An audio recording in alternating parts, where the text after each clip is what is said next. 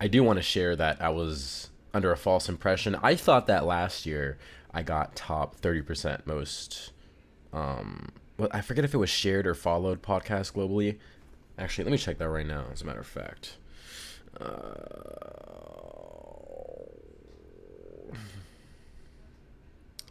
yeah, it was top 17% most followed podcast, which is just absolutely bogus.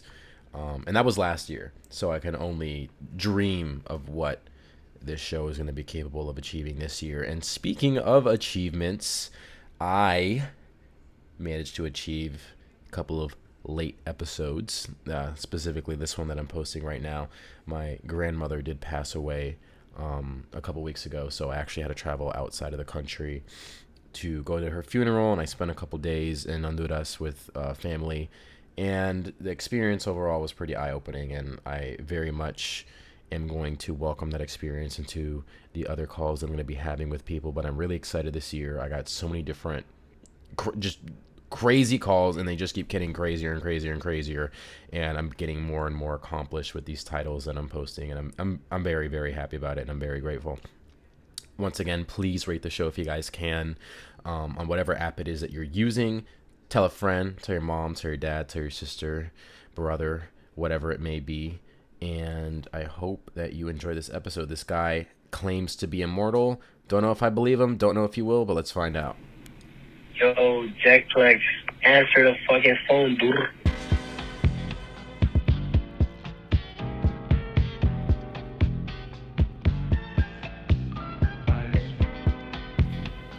Hello. Jack.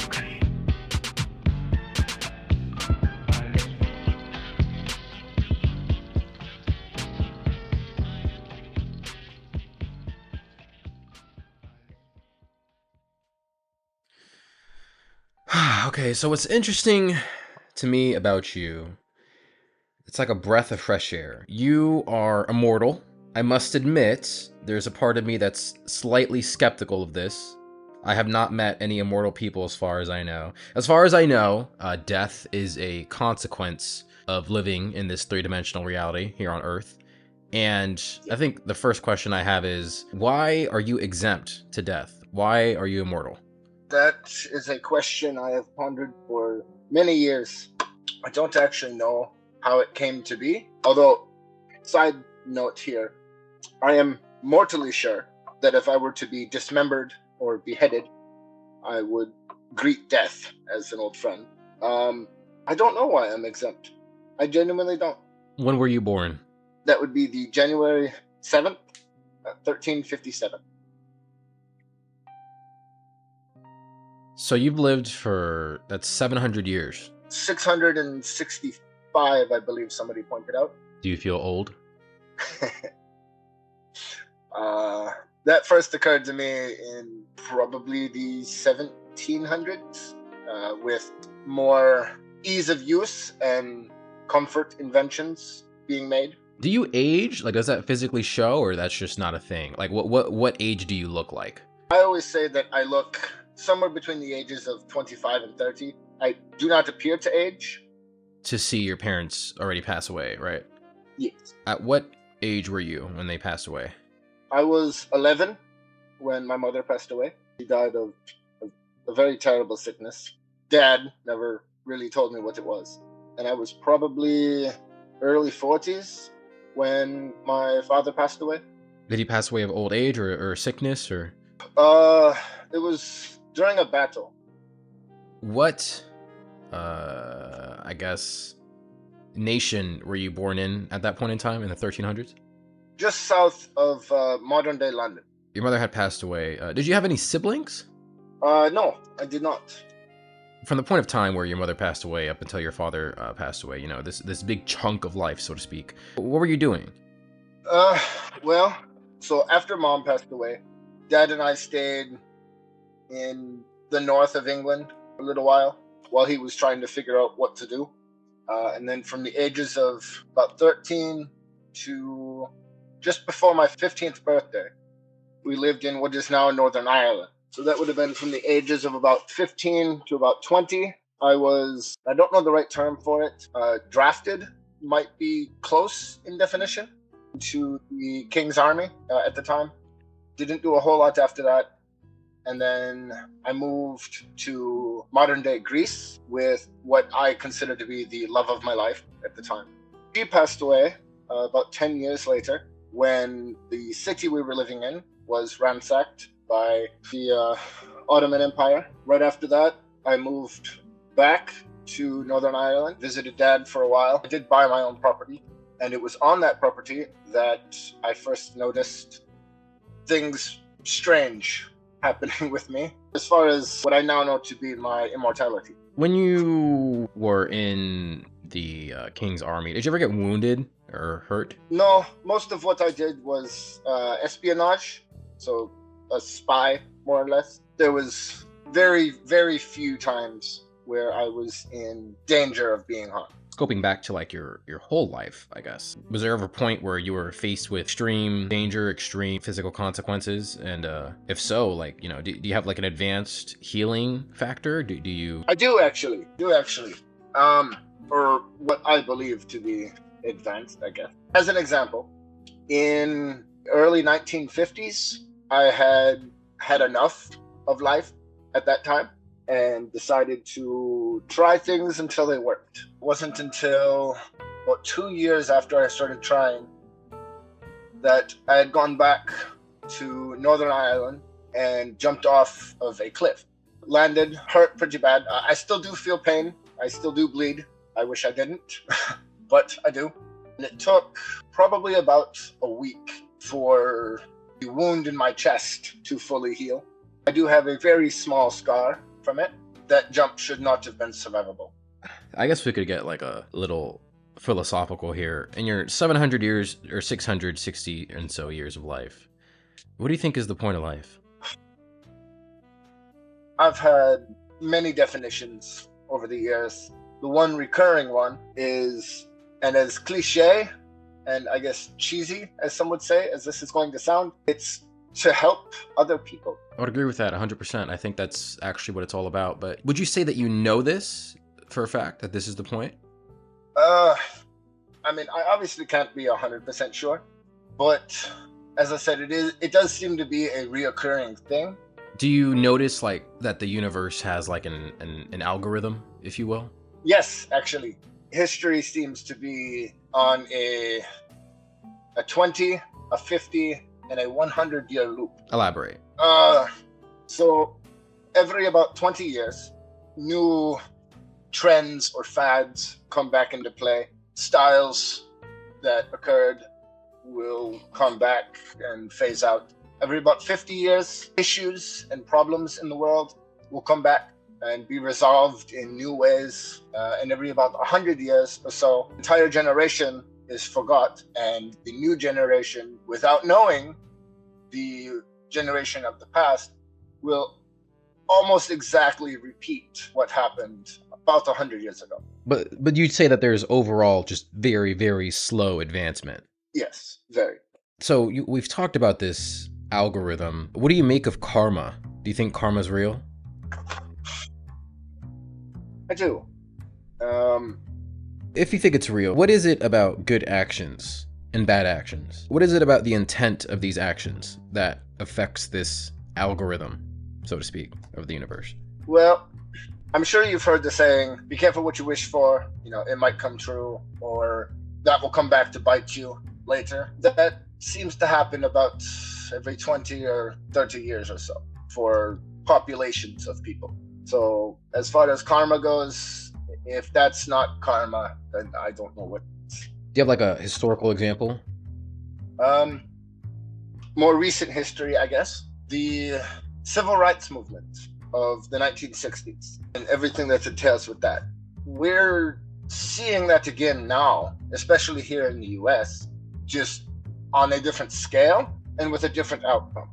And that would be, is that the 50-year range? Roughly, yeah. So you're saying kind of like Black Lives Matter is like the part 2 of... Kind of, yes. I mean, even in the 90s, there was a lot of Rodney racial King separation and issues that were happening at the same time that had occurred before in the 60s. It was just dealt with in a different way. So we're talking about like groups of people. What about with individuals? Do you think that an individual human being has some sort of connection to something else that makes it be, so that when you wish for something, it actually can come true? Individuals, not particularly. Occasionally, I'm sure it does happen. I personally haven't seen it, but I'm sure it does. On a larger scale, I guess it's more of a game of odds. You know, if you spread something out over 1 million people or 1 million times, it's going to happen almost for sure, versus giving 1,000,000 to 1 odds to one person. What do you think happens after death? That's getting into beliefs. I am currently Norse pagan. I have been just about every religion on this planet over the years. However, my definition, I guess, of hell is vastly different than most. My version of hell is nothingness. You don't exist anymore. That's it.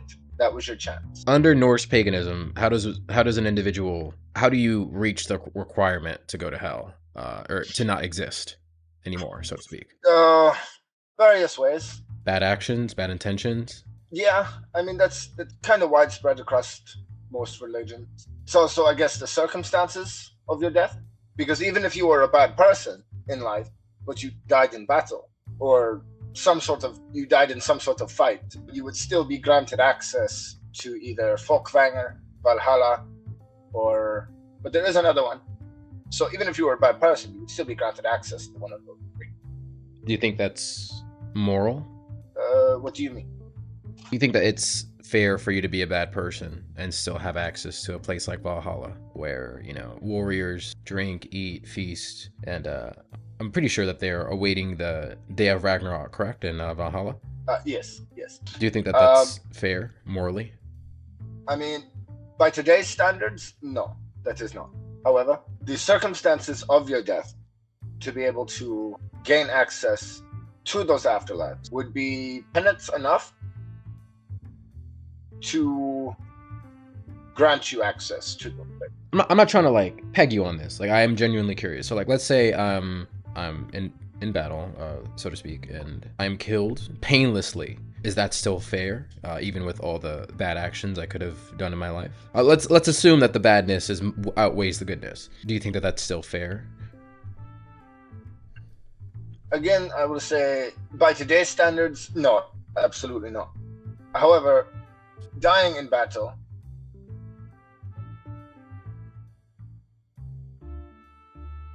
whether you were on the winning side or the losing side, because history is written by the victor, you were fighting for a noble cause, whether that noble cause be selfish or not viewed favorably in the eyes of the public.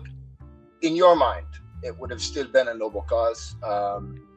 So you would still be granted access to Valhalla or Folkvanger. I think it's clear that throughout human history, our morals have steadily increased and continue to increase at various rates throughout the world. Do you think that there's any point to morals after having lived so long? There is. So me personally, I have actively avoided wars because of my morals. And as a side note, war does not change. The intentions and the people behind it do, but the outcomes do not. My morals have kept me out of very dangerous situations and led me into other situations to where I was able to help more and more people out of a bad situation. Is Norse paganism the truest or most... Is there such a thing as a more correct religion than another, in your opinion, after having lived for 600 years? Not really. They all kind of center around, you know, if you were good, you go here. If you were bad, you go here.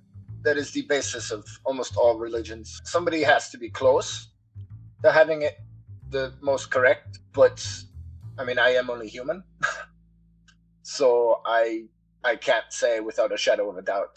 I mean, my beliefs would lead me to believe that Norse pagan is correct, but that is just my beliefs. You know, you say you're only human. I wouldn't deny that, but it's a big feature in the human condition that one of the things that plagues all of us is knowing that one day we'll die. And although you can, as you said earlier, you're not going to. Tell me if I'm wrong, but you could literally just stand in the woods, I mean, essentially until the end of time, as far as we know, and you wouldn't die, would you? I don't think I would.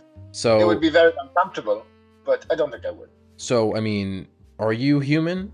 If that makes sense, because I mean, you don't have. I mean, one of the biggest things that makes us human. So I'm not saying that you're not. I'm saying like, can you truly relate to humans? You see what I'm saying here? Like, am I making sense?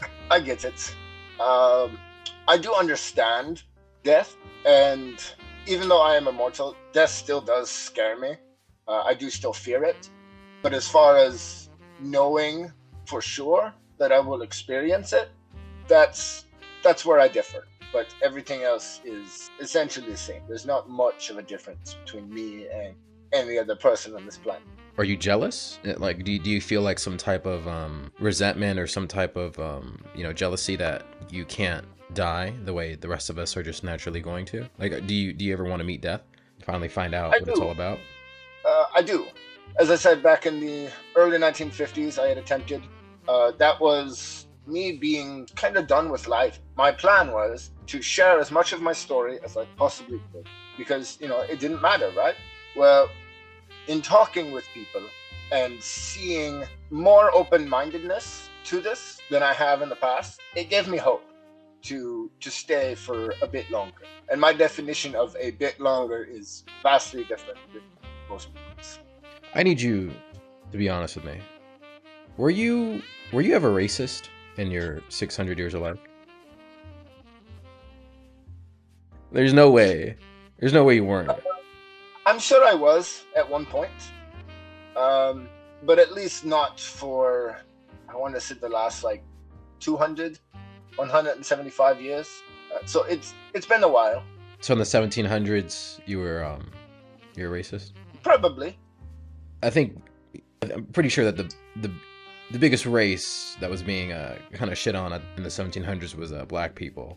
I would say, from my knowledge, I could be very well wrong, but for the most part, yes. Did you feel like there was something morally incorrect with the slave trade? When the states were first founded, I did not. I viewed it, and what a lot of people don't understand, even though this is going to sound horrible, what a lot of people don't understand is there was a mass shortage of people in this country who wanted to do the work to be able to build a country. Looking back, and I mean, as the saying goes, hindsight is always 20/20. Was it morally wrong? Yes. Would I agree with it today? No. There are always other ways. At the time, it made sense. Have you ever... Sure, there's a degree of suffering when it comes to being immortal, watching the people you know and love die, and there's nothing you can do except outlive them. Have you ever suffered, though? Like, were you ever tortured, or were you ever a slave at one point? I was not in that aspect. Why not, though? That might sound like a dumb question, but, like, why not? Like, wouldn't you want to kind of understand more about how bad humans can be? Yes, I've always been curious as to how bad people can really be. Because I genuinely view myself as a pretty good person. I try to be anyway. So it wasn't long after probably the early 1800s, I started to visit the south of the US more and more often, and get a sense of how everything was run, how the people that were working there were treated, and to just kind of have an idea of what it was like. What did you spend the majority of your time doing throughout the tenure of your immortality? Running, mostly, because throughout history, I would have been labeled as a witch or a warlock, I guess. I've moved a lot. I've visited and lived in most of the world. And that's also coincidentally how I avoided almost all wars. There was a period of time of probably about 150 years where I maybe saw like a dozen people, and that was it, because I had isolated myself. So you just kind of mind your business. I do try to. What puzzles me as a mortal is, I mean, to be honest, I don't really know how I would react if I found out I was immortal. Honestly, I think I'd be pretty mortified. But did you ever dedicate your immortality to something? I believe I have. I guess not officially, but it ties back into one of the other questions you've had of what is, the meaning of life, and it's to help people. And I've dedicated a lot of my time to helping as many people as I can. Do you think that goodness on a mass scale is more important, or goodness on a small scale is more important? I would almost have to say both. If you can help one person or a very small group of people, they are inspired by your kindness and the things that you have done for them. They will go out and help a much larger group of people. Spreads. Eventually it does die out. It will reach some very bad people who will not pass on that same gratitude. But I mean, starting small, you will reach the masses. So I'm sure you've met literally probably maybe even 1 million people at this point in your tenure of life. So far in this conversation, what do you make of me? I would say you're a very curious person. You seem to have an outlook on life that most people don't have. You're very open-minded. So you've run into people that are like that, though, right? Yeah.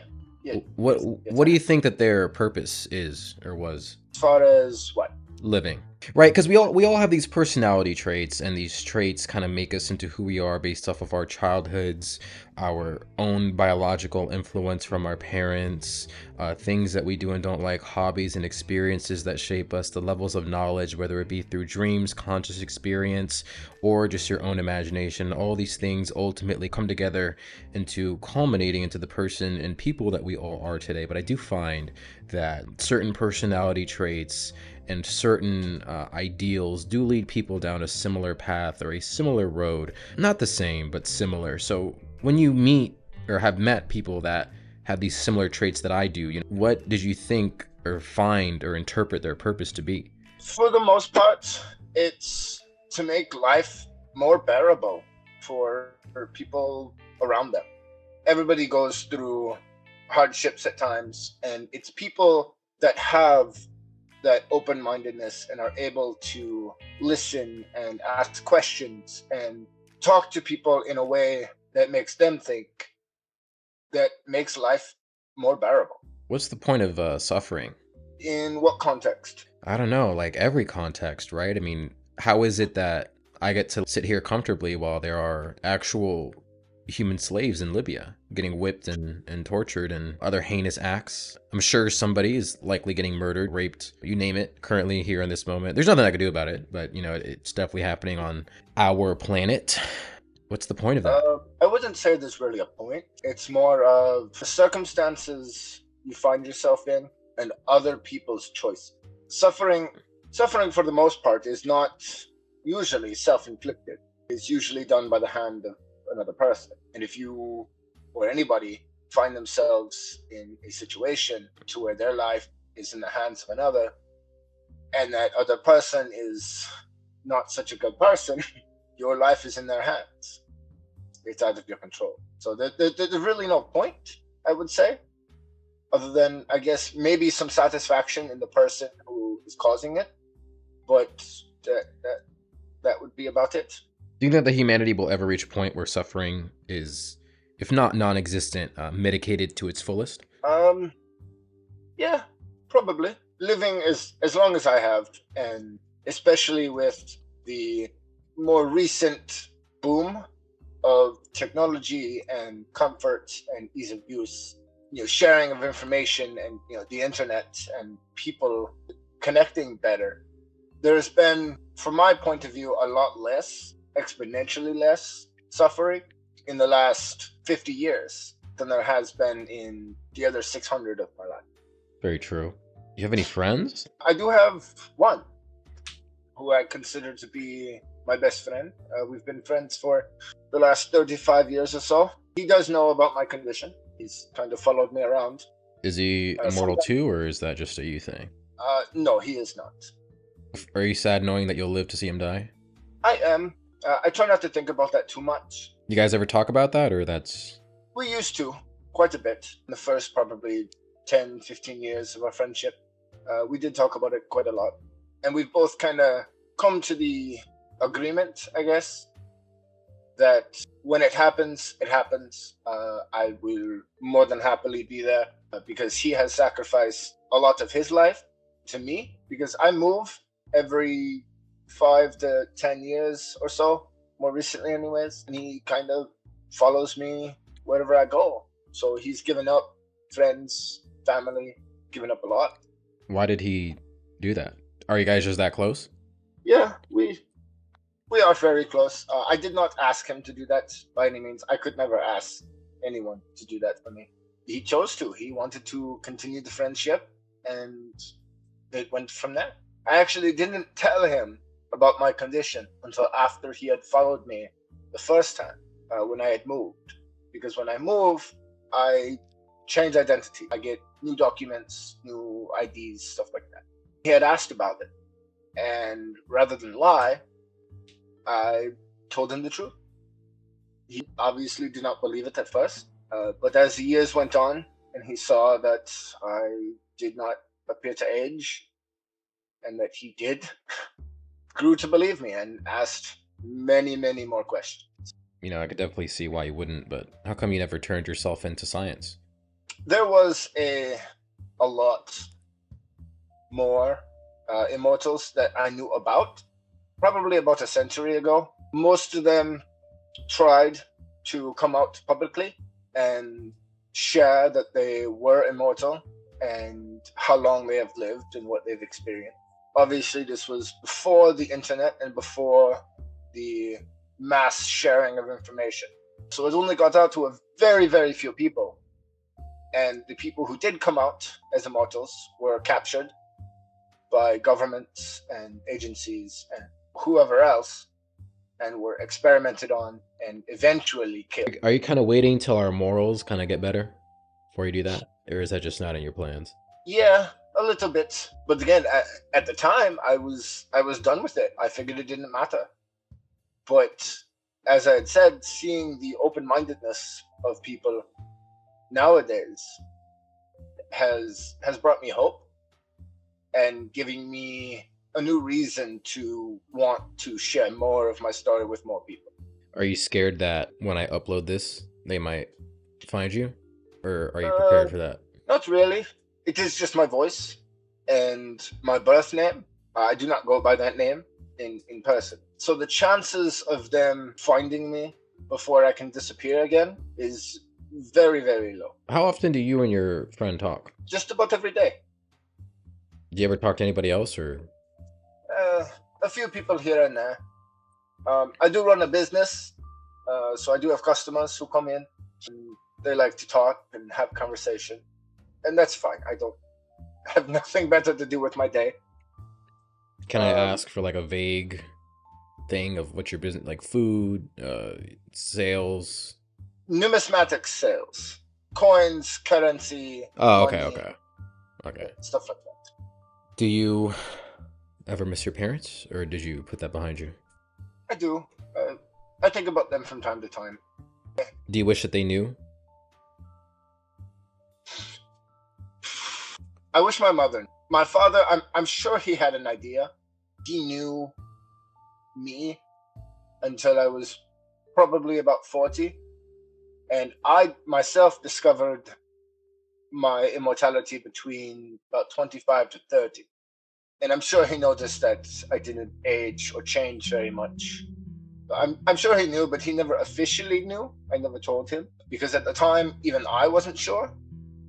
Are you afraid to be emotionally connected to other sentient beings besides your friend as a result of your immortality? I used to be. Not so much anymore. I still refuse to let myself, I guess, fall in love just because there is so much emotions connected with that. But as far as making friends for 5 to 10 years before I move again, I have not shied away from that.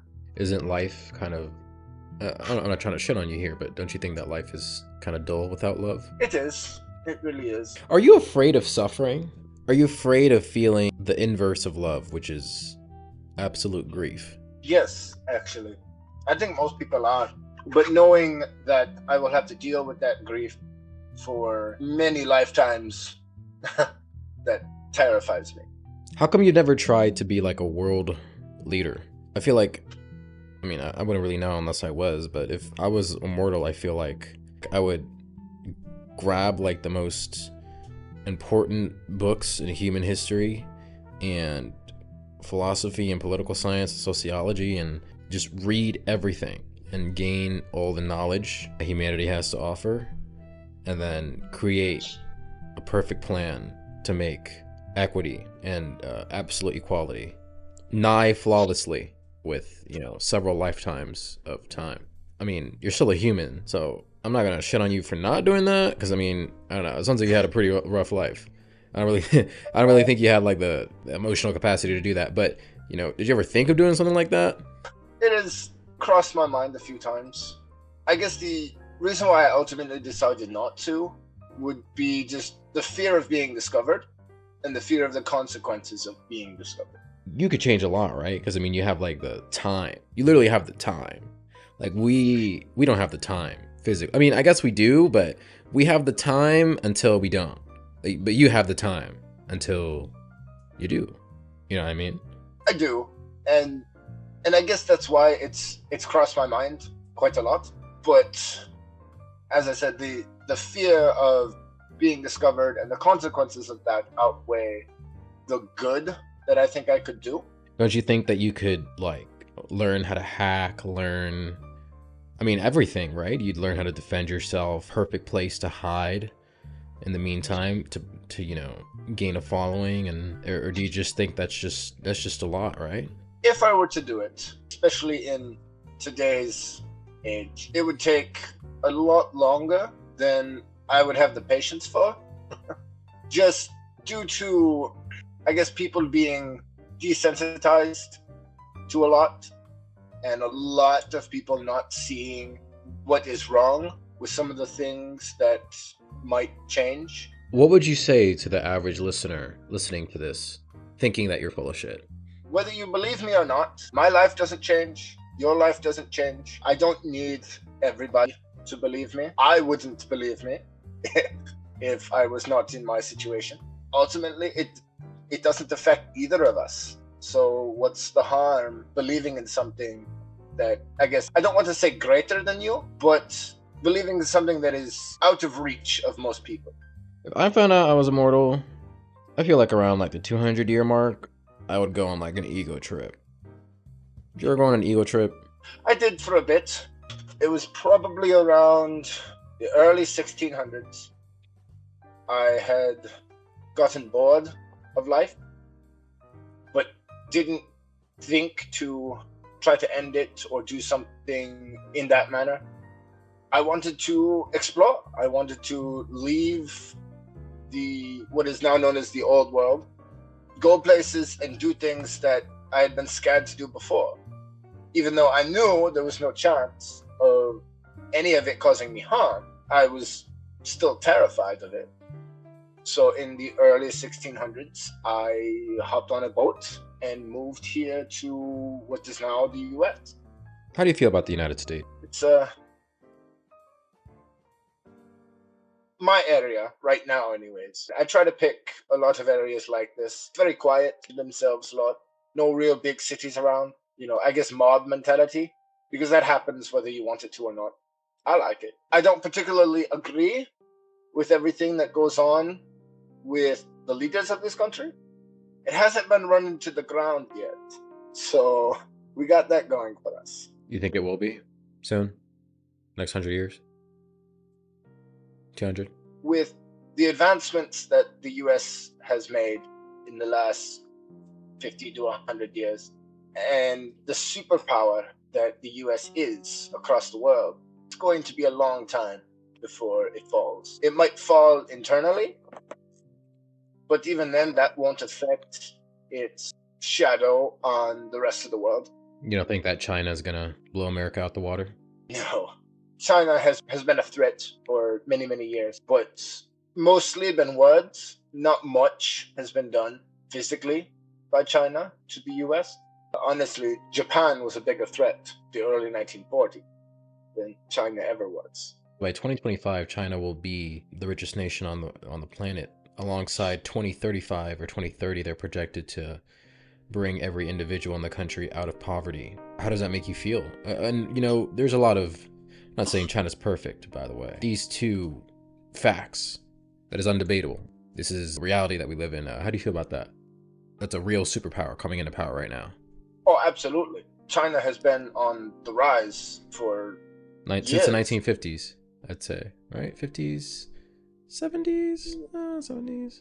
It's been a steady increase for a very long time. Yeah, but what they show on the global scale does not translate well to its citizens, even though, yes, they are saying and projected to bring a lot of their citizens out of poverty. The control that their government has over its citizens is far greater and will do far more harm than it will ever do any good. And you're saying this based off of 600 years of life experience? Based off of what I know about China and about how it treats its citizens, and that's based off of probably the last 50 to 70 years of life. You don't know any other mortals, do you? Right now? I know of 4. You think they'll talk to me? Or they just tell me to fuck off? 2 of them will probably tell you to fuck off.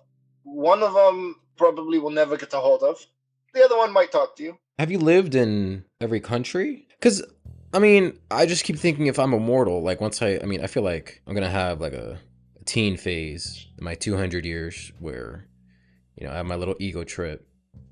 But I feel like around 300 years, like I said, I'd want to lock myself in a room and read everything. I'd want to live in each country individually. I feel like I would make aliases and learn about each political system and really try to understand human nature and then come up with that cohesive plan. I'm not saying that you would do that because you're a different person. I'm a different person. But, you know, have you ever like expanded, purposefully gone out of your way to expand your perspective? I have actually done that, almost that exact thing. I wouldn't say I've lived in every country, probably most. I can think of a few I have not. I have not lived in Mongolia. A lot of the stans that are in the Middle East, Kazakhstan, Kyrgyzstan, stuff like that. But most of Europe, a lot of Africa, most of Asia, and I think with the exception of, I want to say, Colombia, I've lived in all of the Americas. Which place has the best food? I would have to say Germany. Germany's a crazy place, right? Don't you think Germany's kind of like really has always been ahead of the curve? A little bit. I was interviewing this Jewish guy earlier today. Obviously, a lot of his family members died in the Holocaust. We're talking about Germany and how, just take a look at their 19th century philosophy. I mean, Germany produced Immanuel Kant, and that's just crazy. That's some high level of understanding to come out of a nation. How do you feel about Germany? I like it. I lived there unintentionally from 1936 to 1939. I was there for the Olympics in 1936 and just kind of stayed. I left in early 39, but that was only because I could feel tensions rising. The war was going on. But I love Germany. Very beautiful country, very, very nice people. Some of the best food and alcohol that I've ever had. You know that one person you said that might want to talk to me, possibly? Yes. Are they as chill as you, or are they more, how do they feel about their immortality? I'm not sure if you're going to want to answer that, because, I mean, technically I'm asking you to speak on someone, and, I mean, we don't really have their consent, but... All I will say is, from what I know of them, they are pretty relaxed, pretty open-minded. They do keep a lot more information to themselves. They would not share as much information as I am right now about their lives, but they would share a lot of experiences and things like that. So what do the other ones do? The other two? They just mind their own business? The two that would probably tell you to go F off, they rarely talk to me. We've run into each other a couple of times over the years, and that's how we kind of discovered that one another is an immortal. They don't talk very much, like to be left alone. They live mainly in isolation, kind of by themselves. Kind of sad. Feel bad for them. A little bit. They're missing out on a lot. But the countries they live in, or I guess the areas that they live in, are very easy to live in isolation. So it's not like it was hard for them to find isolation. As Noam Chomsky says, language is an organ of the mind, and the mind, as we've both talked about and have agreed, the mind's purpose is to intake all this information and to be able to, we use language to communicate with each other, and ultimately, we both agree, we think that the purpose of this is to make the other person's life easier. Why aren't they participating in life? Are they disappointed by humanity, or? My best guess, I don't think I can answer for certain, but my best guess would be just the fear of being discovered and knowing what had happened to a lot of other immortals that they have met over the years, what their ultimate fate was. Why don't you guys band together and then find out why you're immortal, on some teen fiction shit? I had personally thought about it. I had thought about trying to get all of us together as far as living together. Roommates? I'd be that would literally be a sitcom that never ends. You know that, right? Most of them were not having it. And the one who was kind of okay with it didn't want to leave his area. And at the time, it was not possible for me to move to his area without being discovered. I wasn't really sure what to expect in this call, but honestly, I think that, I guess since you live longer, I figured you'd have some type of concrete answer. But I guess none of us really know anything for sure, huh? You know what I mean? No, none of us do. It's part of being alive. You don't get any concrete answers, as far as most people believe, until after you die. Should I be afraid of dying? I don't think you should be afraid of it. The process of dying does not seem to be pleasant. If it's not violent, I mean, if you're in bed just dying, I mean, when you pee it feels good, when you shit it feels good, and those are natural processes. So I'm sure that when you die, it can't be that bad. I suppose it depends on the circumstances. Yeah, for sure. If I'm getting stabbed, that's definitely not. Well, actually, the guy I just interviewed who got stabbed 32 times earlier, he said that he didn't really feel pain in the moment because of adrenaline. So I think maybe in those bleak seconds before you die, I think you might feel some pain. But when it comes to torture and stuff, I think that's that's not nice. But the actual state of being dead, I don't think people should fear, because everything is suddenly not your problem anymore, to put it simply. And you move on to another life, whether that be your version of either heaven or hell, or whether you believe in reincarnation or just eternal nothingness. You cease to exist. Problems don't matter at that point. So the state of being dead, I don't think people should fear, but the process of dying, maybe. Do you have any questions for me? I would have to say, so you were born in this day and age. Yeah, I'm 21. I'm sure pretty solid. What would be, I guess, your outlook on the state of the world right now?